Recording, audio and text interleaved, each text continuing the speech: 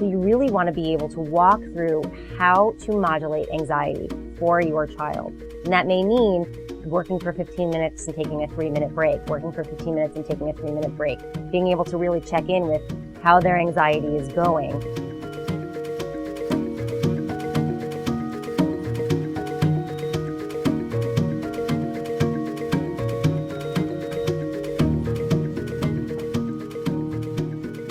Perfectionism really fits into a problem with anxiety. And the anxiety there is that it's not going to be right, it's not going to be okay, and it can become kind of an obsessive behavior that if you make a mistake on a piece of paper, you have to start from scratch, you have to start over. And what that's going to do is it's going to prolong homework, it's going to prolong the time that projects get done, and it's going to create a lot of conflict in your home.